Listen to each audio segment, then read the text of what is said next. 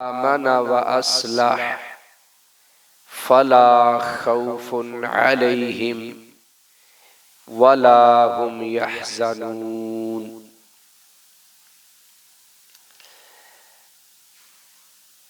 और हमने रसूल नहीं भेजे मगर खुशखबरी सुनाने वाले और डराने वाले। फिर जो शख्स ईमान ले आए और इस्लाह कर ले तो इन पर कोई खौफ नहीं है और ना वो गमगीन होंगे। गोया अंबिया और रुसल की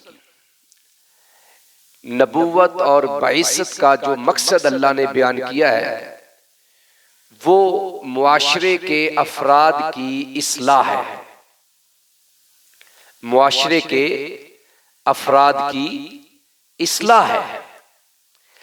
इस्लाह के लिए अल्लाह ने दो चीजों का जिक्र किया है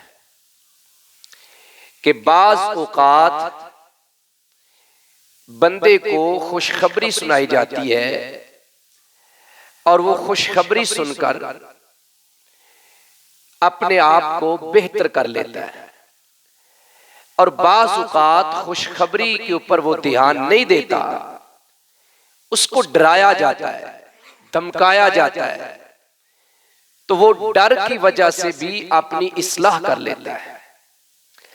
आप यूं समझे कि स्कूल में पढ़ने वाले दो बच्चे हैं, जब टीचर ने दोनों के सामने ये बात रखी कि भाई अगर तुम मेहनत करोगे तो सबसे पहले तो क्लास में तुम्हारे सबसे अच्छे नंबर आएंगे, और फिर इसी तरीके से grade by grade, one by one तुम अगली क्लास में प्रमोट होते जाओगे, हत्ता के एक दिन तुम्हारे हाथ में एक बड़ी डिग्री होगी और उसकी बुनियाद पर तुम्हें बड़ी अच्छी जॉब मिलेगी और तुम एक अच्छे डॉक्टर बनोगे, तुम एक अच्छे इंजीनियर बनोगे, तुम आर्मी के अंदर पायलट बन जाओगे, तुम जनरल और कर्नल बन जाओगे, तुम्हारे पास ये ओहदा आ जाएगा। तो ये खुशखबरियां सुनते सुनते वो तालिब इल्म मेहनत करता है और फिर एक ना एक दिन उस मनसब पर पहुंच जाता है। दूसरा तालिब इल्म इन खुशखबरियों के ऊपर इतना ध्यान नहीं देता। अब टीचर उसको डराता है, उसको डांटता है, उसको धमकियां देता है, सबसे पहले कि कल अगर तुम्हारा टेस्ट अच्छा ना हुआ, तुम्हारी शिकायत, तुम्हारी कंप्लेन तुम्हारे पेरेंट्स को मैं करूंगा, तुम्हें पनिशमेंट करूंगा, तुम्हें सजा दी जाएगी, क्लास में खड़ा रखा जाएगा। अब ये सारी चीजें सुनते सुनते एक तालिब इल्म जो है वो डर के मारे भी अच्छा टेस्ट करना शुरू कर देता है। गोया उसने भी अपनी इस्लाह कर ली। तो अल्लाह रब्बुल इज्जत ने भी अंबिया और रुसल की बाइसत के मुकाबला में बदले में क्या बताया कि जब वो डर सुनाते हैं, खुशखबरियां सुनाते हैं, तो फिर कुछ लोग होते हैं जो ईमान ले आते हैं और इस्लाह कर लेते हैं। तो गोया पता ये चला कि बंदा या तो खुशखबरी सुन के अपनी इस्लाह करता है या फिर डर और वईद सुन के अपनी इस्लाह करता है, और जिस पे ना डर असर करे ना खुशखबरी असर करे, वो तीसरा ग्रोह वो फिर जहन्नम का ईंधन बनता है, हमेशा हमेशा उसी के अंदर जलता रहेगा। अब इस्लाह होगी कैसे? हम इस्लाह के हवाले से इस्लाह उम्मत कॉन्फ्रेंस करवाते हैं, इस्लाह मुआशरा कॉन्फ्रेंसेस करवाते हैं, इस्लाह के ऊपर दुरूस करवाते हैं, इस्लाह के ऊपर हम दर्स व तदरीस करते हैं, वाज़ व नसीहत करते हैं, लेकिन इस्लाह नहीं हो रही। कोई वजह होगी? क्या वजह है कि इस्लाह लोगों की नहीं हो रही, बल्कि बिगाड़ दिन ब दिन बढ़ता जा रहा है। मुआशरे के अंदर बेहयाई का नसूर बहुत ज्यादा हो चुका है और मुआशरे के अंदर लड़ाई झगड़े, फितना फसाद और अल्लाह की नाफरमानियां, बगावतें दिन ब दिन बढ़ती जा रही है। वजह तो कोई होगी, तो वजह बिल्कुल सादा सी और सिंपल सी है कि जितने अंबिया और रुसल आए हैं उन्होंने सबसे पहले अपनी इस्लाह की है, जिसको हम कहते हैं इस्लाह नफ्स। हम क्या करते हैं? अपनी इस्लाह किए बगैर, अपने आप को तब्दील किए बगैर, मेरी नमाजों की हालत कमजोर, मेरे अकीदे में मसाइल, मेरी तरबियत में मसाइल, मेरी महाफिल के अंदर, गुफ्तगू के अंदर मसाइल, दीन की मुखालफतें, मेरा लिबास वज़ाक़ता कुरान के खिलाफ, हदीस के खिलाफ, और मैं लगा हूं दूसरों की इस्लाह करने के लिए, जिसकी वजह से लोग हमें सुन तो लेते हैं लेकिन बाद में कमेंट्स करते हैं, तबसरे करते हैं निजी महफिल में बैठ के कि हजरत साहब क्या बात है, गुफ्तगू तो बड़ी कमाल की है, अंदाज क्या कमाल का है, मजा बड़ा आया है। लेकिन वो हजरत साहब में ये भी प्रॉब्लम, उस हजरत साहब में ये भी प्रॉब्लम, इसलिए लोगों के ऊपर असर नहीं होता। इस्लाह हमेशा बुनियाद से शुरू होती है। नहाल इस गुलस्तान में जितने बड़े हैं हमेशा वो नीचे से ऊपर को चढ़े हैं। बुनियाद से इस्लाह शुरू होती है, हम करते हैं ऊपर से इस्लाह। मेरी अपनी इस्लाह अभी हुई नहीं है। आमतौर पर आप एक मुहावरा सुनते हैं कि दिए से दिया जलता है। अब देखो मैं आपके सामने बैठा हूं, मेरा अपना दिया बुझा हुआ है, कैसे मुमकिन है कि मेरे से आपका दिया जल जाए? मेरा अपना चिराग बुझा हुआ है, उसमें अंधेरा है और मैं लगा हूं आपके चिरागों को, आपके दियों को रोशन करने, तो यह मुमकिन नहीं है। तो सबसे पहले मैंने अपनी इस्लाह करनी है, इसको कहते हैं इस्लाह नफ्स। अल्लाह कुरान में कहते हैं, सूरह अल-माइदा है, आयत नंबर 105 है, फरमाया या अय्युहल्लज़ीना आमनू, ऐ लोगों जो ईमान ला चुके हो। काफिरों को नहीं कहा, मुशरिकीन को नहीं कहा, मुनाफिकीन को नहीं कहा जो ईमान ला चुके हो। अलैकुम अनफुसकुम, तुम्हारे ऊपर लाज़िम है अपने नफ्सों की फिक्र करना। ला यज़ुर्रुकुम मन ज़ल्ला इज़ा इह्तदैतुम, फिर सारी दुनिया का कुफर, सारी दुनिया के मुशरिकीन, सारी दुनिया के बागी, सारी दुनिया के सरकश मिलकर भी तुम्हें अल्लाह के दीन से हटा नहीं सकते अगर तुम हदायत पे खड़े हो जाते हो। अगर तुम हदायत याफ्ता हो जाते हो तो फिर तुम्हारा कोई कुछ नहीं बिगाड़ सकता। पहले अपनी इस्लाह कर लो। कद अफलहा मन ज़क्काहा, कामयाबी उससे मिलेगी जिसने इस नफ्स की इस्लाह की, इसका तज़किया किया, इसको पाक साफ रखा, शिर्क व बिदअत से, अल्लाह की नाफरमानियों से, प्यारे पैगंबर अलैहिस्सलाम की सुन्नतों की मुखालफत करने से अपने नफ्स को पाक रखा, वही कामयाब होगा। हर इंसान अपने बारे में जानता है कि वो कल क़यामत के लिए क्या जमा पूंजी आगे भेज रहा है। बलिल इंसानु अला नफ्सिही बसीरा, सूरह अल-क़ियामा है, आयत नंबर 14 है। अल्लाह फरमाते हैं जब इसके सामने नामा अमाल रखा जाएगा, इसको आगाह किया जाएगा, ये तो सिर्फ एक हुज्जत कायम करने के लिए। हकीकत ये है कि ये अपने बारे में सबसे बेहतर जानने वाला है। इसको खूब पता है कि मैं क्या लेकर आया हूं। इसलिए अल्लाह कहते हैं वल तंजुर नफ्सु मा कद्दमत लिगद, सूरह अल-हश्र आयत नंबर 18 में फरमाया, ऐ लोगों जो ईमान लाए हो अल्लाह से डर जाओ और कल क़यामत के लिए आगे क्या भेज रहे हो जरा देखो तो सही। पहले अपनी इस्लाह तो करो। लिमा तक़ूलूना मा ला तफ़अलून, सूरह अस-सफ़ में अल्लाह फरमाते हैं आयत नंबर 2 और 3 के अंदर, वो बात लोगों को कहते क्यों हो जिस पे तुम्हारा अपना अमल नहीं है, तुम्हारे कौलो फेल के अंदर तज़ाद है। इधर तुम कहते हो कि शलवार तहबंद अपनी पैंट को टखनों से ऊपर रखना ये फर्ज है, प्यारे पैगंबर का हुक्म है, नीचे रखना कबीरा गुनाह है। इधर तुम मस्जिद से बाहर निकलते हो वाज़ो नसीहत करके और तुम्हारे अपने टखने ढके हुए होते हैं और देखने वाले कहते हैं हजरत साहब का अपना ये हाल है तो हमें क्या फायदा। लिमा तक़ूलूना मा ला तफ़अलून। तो इस्लाह का सबसे बुनियादी पहलू और उसूल जो कुरान ने बयान किया है वो इस्लाह नफ्स है। और इसके बाद दूसरे स्टेप पे जो इस्लाह है वो अपने घर वालों की इस्लाह है। और ये उसूल भी अल्लाह के कुरान ने बयान किया है। सूरह तहरीम में आयत नंबर 6 है, अल्लाह फरमाते हैं या अय्युहल्लज़ीना आमनू कू अनफुसकुम व अहलीकुम नारा। ए लोगो जो ईमान ला चुके हो, मुसलमान बन चुके हो, कलिमा पढ़ चुके हो, नमाजें पढ़ते हो, रोजे रखते हो, ज़कात देते हो, सब कुछ करते हो, सिर्फ अपनी फिक्र नहीं करनी। कू अनफुसकुम व अहलीकुम नारा, अपने आप को भी और अपने घर वालों को भी आग से बचाने की तुमने फिक्र करनी है।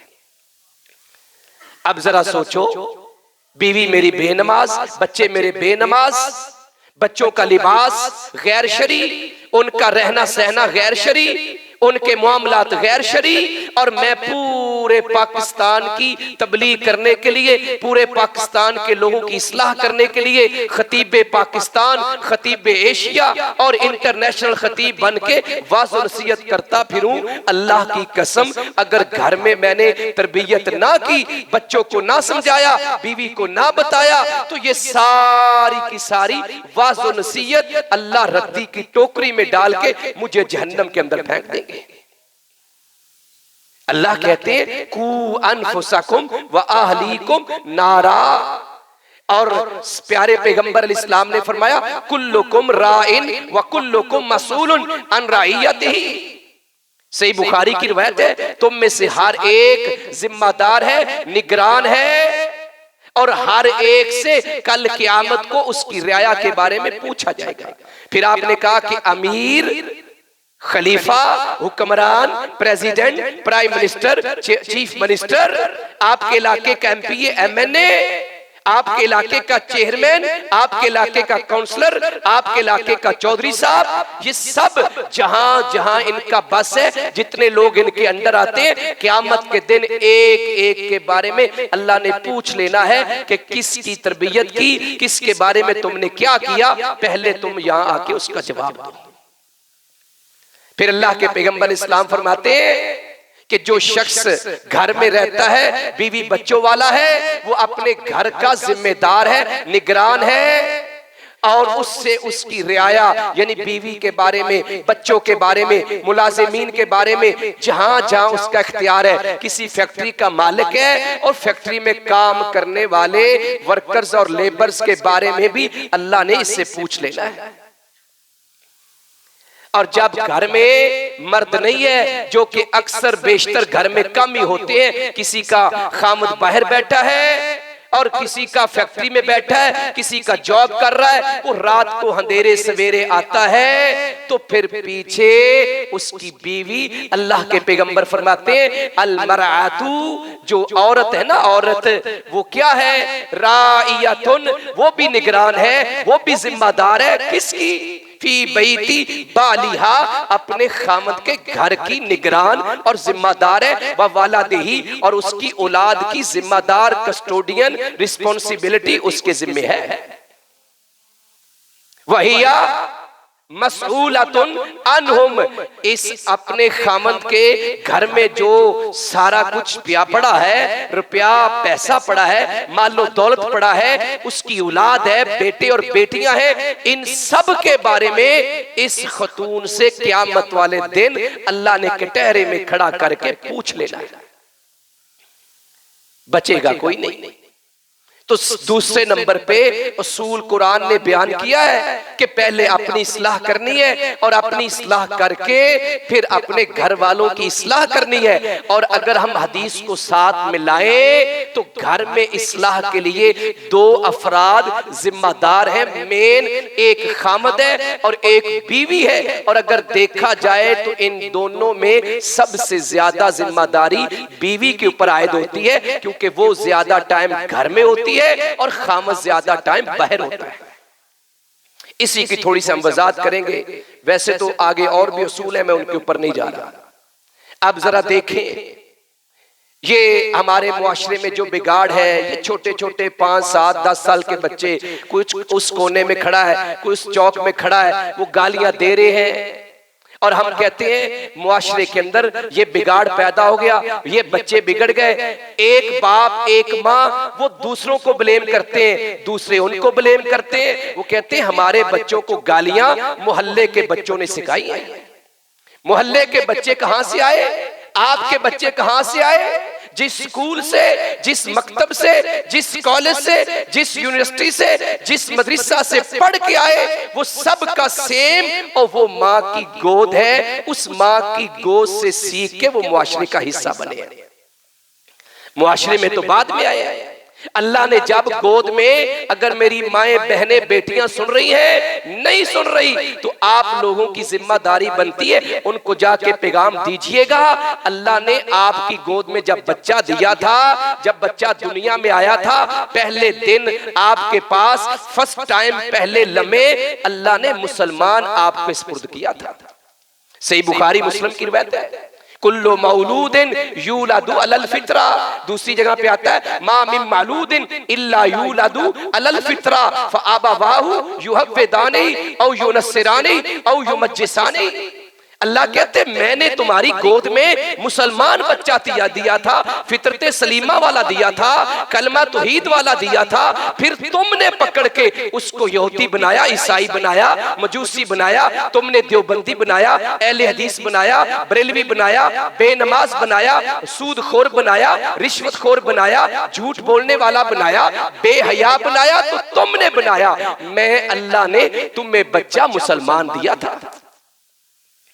झूठ सिखाया तो माँ बाप ने, गालम गलोच सिखाया तो माँ बाप ने, फ्रॉड करना सिखाया तो माँ बाप ने, लोगों को धोखा देना सिखाया तो माँ बाप ने, बेहयाई सिखाई बहन बेटी को तो माँ ने सिखाई है, मुआशरे ने नहीं सिखाई।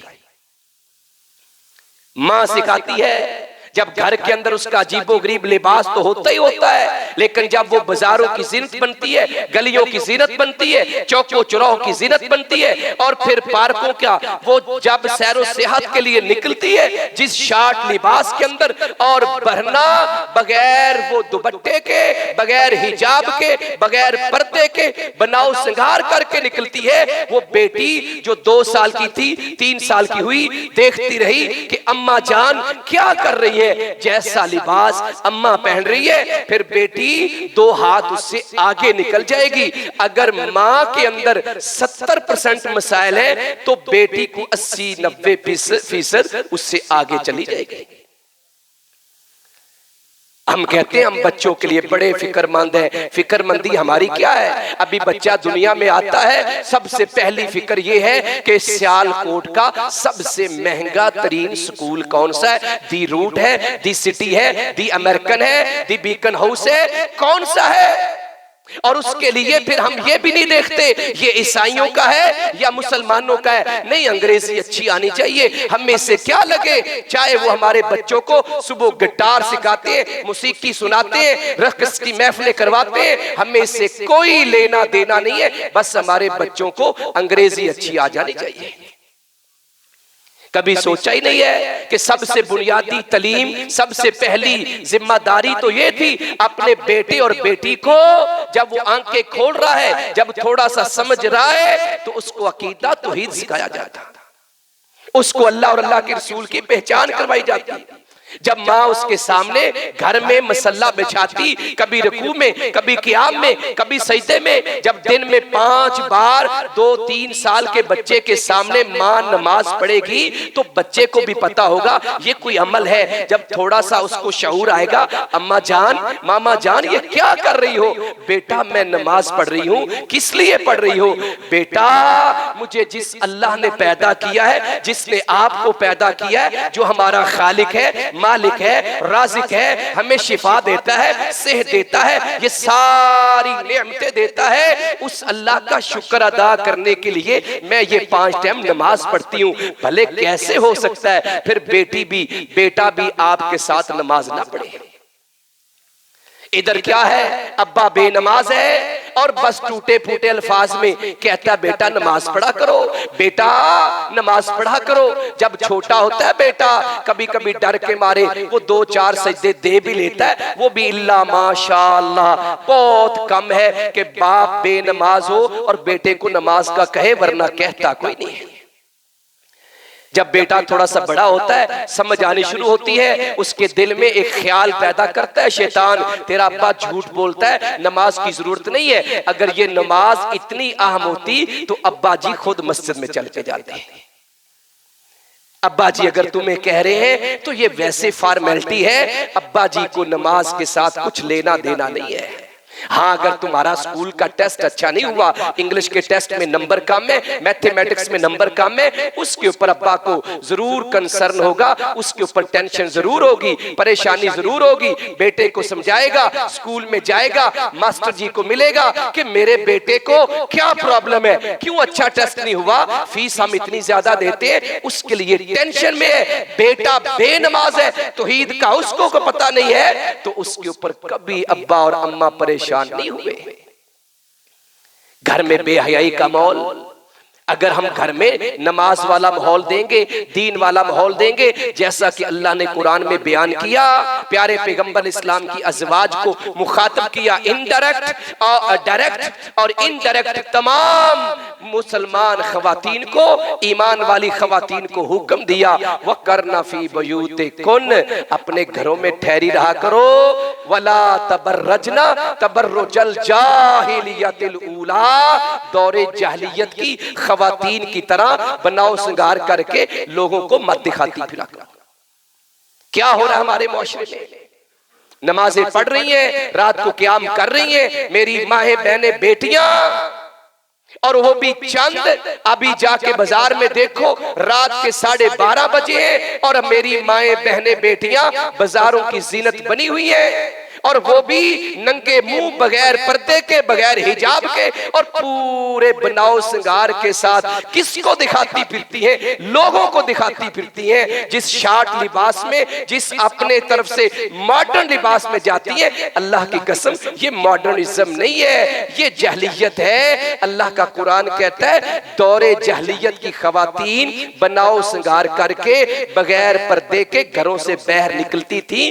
तुम मॉडर्न खवातीनों, मुसलमान मोमिनीन खवातीन जो है, ये मॉडर्न खवातीन है। अल्लाह कहते हैं तुमने उन जैसे काम नहीं करने, तुमने घरों में रुकना है, तुमने घरों में रुकना है। और अगर तुम्हें जरूरत के मुताबिक घरों से निकलना भी पड़ जाए, बगैर बनाओ श्रृंगार के, बापर्दा होके, शर्मो हया का पैकर बन के, फिर तुमने घर से निकलना है।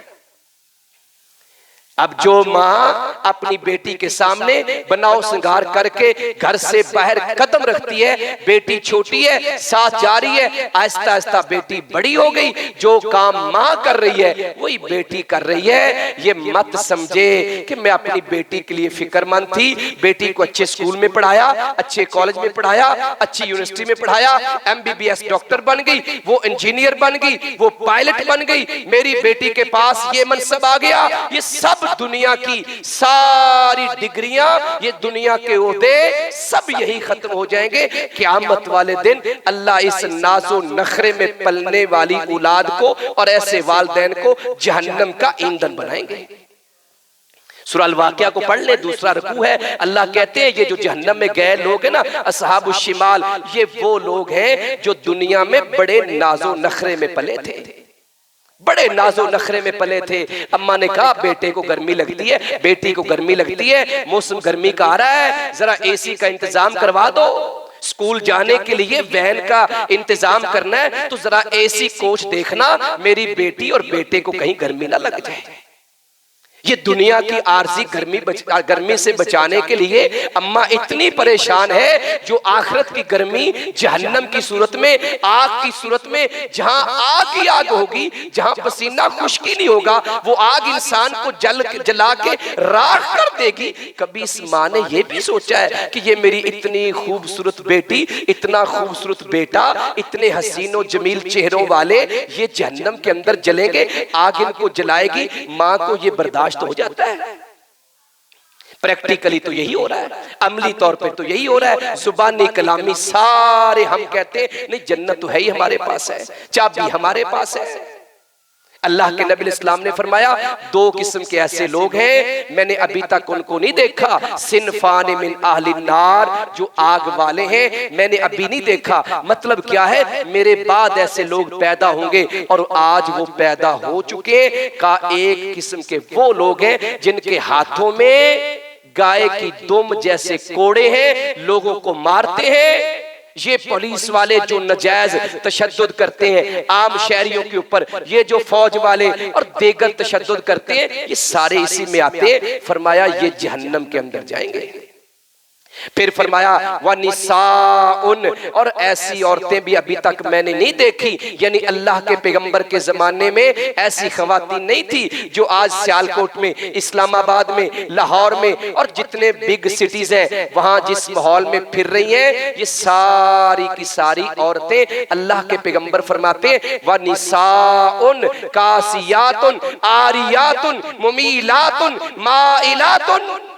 कहा कपड़े पहनने के बावजूद बरना है। जाओ देखो बाजारों के अंदर, जाओ देखो पार्कों के अंदर, कॉलेज यूनिवर्सिटीज के अंदर, निसफ पिंडली पे तहबंद, निसफ पिंडली पे शलवार, इसकी टाइट्स, इसका पैजामा, जिसको पूरा जिस्म ढांपने का कहा गया था, ये खतून ने निसफ पिंडली तक अपने टाइट्स को उठा लिया और बाजू कटे हुए, आधे आधे बाजू, और उन बाजुओं के अंदर भी सुराख और उसके अंदर भी खला, आधे से ज्यादा जिस्म नंगा।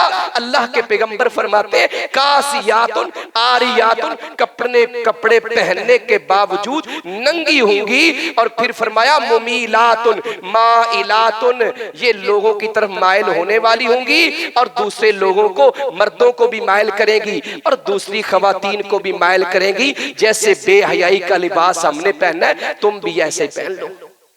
रऊसुहुन्ना कअस्निमतिल बुख्तिल माइला, इनके सर ऐसे हैं जैसे बुख्ती नस्ल के ऊंटों की कोहान एक साइड को झुकी होती है। इसके दो मतलब है कि सर का पफ का बाल, यानी जो अंदर से हम बाल के अंदर कंघी करते हैं तो दो हिस्सों के अंदर सेंटर से मांग निकालते हैं, तो अक्सर लड़कियां और अक्सर लड़के भी अब साइड से रिवाज बन गया है। तो फरमाया एक साइड से जब वो मांग निकालती हैं और बाल एक साइड पे डाल देती हैं तो ये भी मुशाबत उस बुख्ती ऊंट के साथ है। और दूसरी मिसाल ये है कि सेंटर में एक जूड़ा टाइप बनाया जाए और वो बाल एक साइड को ढलक जाए। का रुऊसुहुन्ना कअस्निमतिल बुख्तिल माइला, जैसे बुख्ती नस्ल के ऊंटों के कोहान एक साइड को झुके होते, उस तरह की इनकी हालत होगी। अल्लाह के पैगंबर फरमाते ला यदखुलनल जन्ना, ये औरतें कभी जन्नत में दाखिल नहीं होंगी।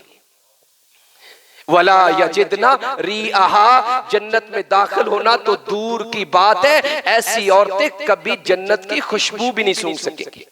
हालांकि अल्लाह के पैगंबर फरमाते जन्नत की खुशबू इतने 100 साल की दूरी पर भी लोगों को आना शुरू हो जाएगी, लेकिन इन बदकिस्मतों को, ये जो कोड़ों वाले और ऐसी औरतें हैं, अल्लाह ताला इनको खुशबू भी नसीब नहीं फरमाएगा। क्या हम अपनी औलाद के लिए इतनी फिक्रमंद हैं? मेरी बेटी बेहया क्यों बन रही है, मेरी बहन बेपर्दा क्यों रहती है, कॉलेज यूनिवर्सिटी में ऐसे क्यों जाती है। कहते हैं मुआशरे के लोगों ने बिगाड़ा है। मुझे लोग कहते हैं यूनिवर्सिटी का माहौल ऐसा है। रब्बे कहबा की कसम, ये बात बिल्कुल ठीक है, यूनिवर्सिटी के माहौल ऐसे हैं, लेकिन माहौल देने वाले कौन है। बच्चियां आती कहां से है, घरों से आती हैं। बाप छोड़ के जाता है, बड़ी गाड़ी में छोड़ के जाता है, जिस लिबास में छोड़ के जाता है, उस बाप की गैरत मरी हुई है, वो बाद में यूनिवर्सिटी का हिस्सा बनती है। पहले तो बेहयाई और यानी फहाशी अपने घर से लेके आई है। पहले दिन जब वो यूनिवर्सिटी में एंटर होती है, जिस लिबास में होती है, जिस तरह शार्ट होती है, और वो ऐसा लिबास कासियातुन आरियातुन, मैं कहता हूं ये अब कल को लोग कहेंगे यूनिवर्सिटी का माहौल ऐसा है। ये अभी आज पहले दिन आ रही है और इसकी हालत देखो, एडमिशन करवाने आ रही है, मां साथ है, और उस बेटी का लिबास देखो, टाइट्स पहनी हुई है, शर्ट ऊपर शर्ट पहनी हुई है, दुपट्टा नाम की चीज पास नहीं है। मैंने एक लड़की को कहा, नाम था सैयदा मरियम, कैंट से आती थी, 2017 की बात है। मैंने कहा बच्चे आप सर पे दुपट्टा क्यों नहीं लेते। जो लोग कहते हैं ना यूनिवर्सिटी का माहौल ऐसे है, ओ भाई ये माहौल किसने दिया है। जिस तरह हम मुआशरे को ब्लेम करते हैं ना, मुआशरा गंदा हो गया, ओ भाई गंद डालने वाले भी तो हम ही है ना। हमारे बेटे बेटियां ही वहां गए हैं ना, कोई और मखलूक तो नहीं आ गई। कहने लगी सर हमारे खानदान में दुपट्टे का रिवाज नहीं है, अल्लाह की कसम उठा के कह रहा हूं। कहने लगी हमारे खानदान में। अब आप कहेंगे यूनिवर्सिटी ने उसको कहा, नहीं, उसके घर में उसकी माँ ने, उसकी बहन ने, उसकी खाला ने, उसकी फुफ्फी ने, उसकी किसी भी अजीजो अकारब की खतून ने कभी सर पे दुपट्टा लिया ही नहीं है। और वो लड़की कह रही है हमारे खानदान में रिवाज नहीं है, हमारे खानदान में रिवाज नहीं है। मैंने एक लड़की को मना किया, यहां से बाजू कट लगे हुए थे, मैंने डायरेक्ट नहीं कहा, मैंने वैसे जनरल बात कर दी। एचओडी के पास मेरी शिकायत लेके चली गई कि सर ये बात कर रहे हैं, सर कौन होते हमें ये कहने वाले। क्या करें। एक लड़की का मसला हुआ, मां आ गई, उसको बताया गया तुम्हारी बेटी की वजह से ये मसला हुआ है। आगे से मां क्या कहती है, कहने लगी मैं जानती हूं वो फलां लड़का मेरी बेटी का दोस्त है, आप कौन होते हैं इसके अंदर इंटरफेयर करने वाले। क्या करोगे। यूनिवर्सिटी का माहौल गंदा है, नहीं गंद हम डालते हैं, हमारे बेटे जाते हैं, हमारी बेटियां जाती हैं।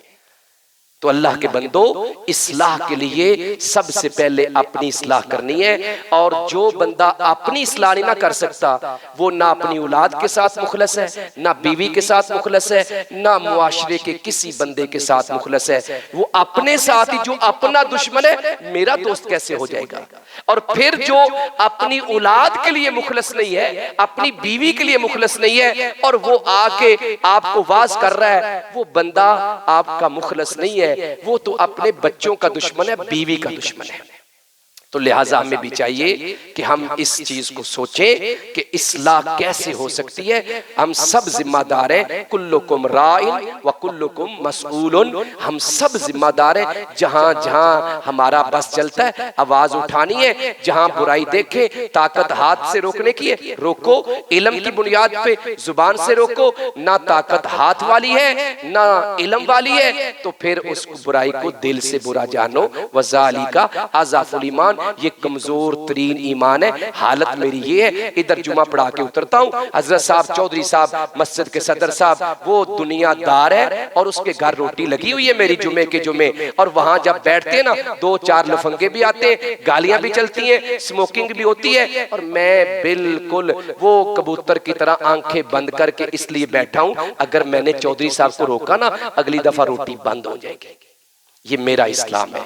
अल्लाह से दुआ है कि अल्लाह में समझ अता फरमाए, और अल्लाह सबसे पहले हमें अपनी इस्लाह करने की तौफीक अता फरमाए, और अपनी इस्लाह के बाद हम अपने अहले खाना की इस्लाह करें। अहले खाना के बाद तीसरा जो असूल है वो रिश्तेदारों की इस्लाह है। मैं उसकी तफसील में नहीं, सिर्फ बता रहा हूँ। तीसरा असूल अपने रिश्तेदारों की इस्लाह, और ये भी कुरान से साबित है, सूरह शुआरा आयत नंबर 214 से देख लीजिएगा।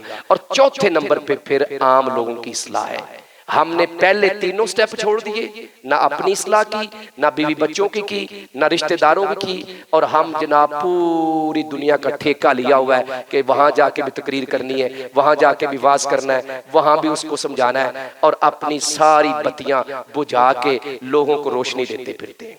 सुभान रब्बिका रब्बिल इज्जति अम्मा यसिफून व सलामुन अलल मुरसलीन वल्हम्दुलिल्लाहि रब्बिल आलमीन।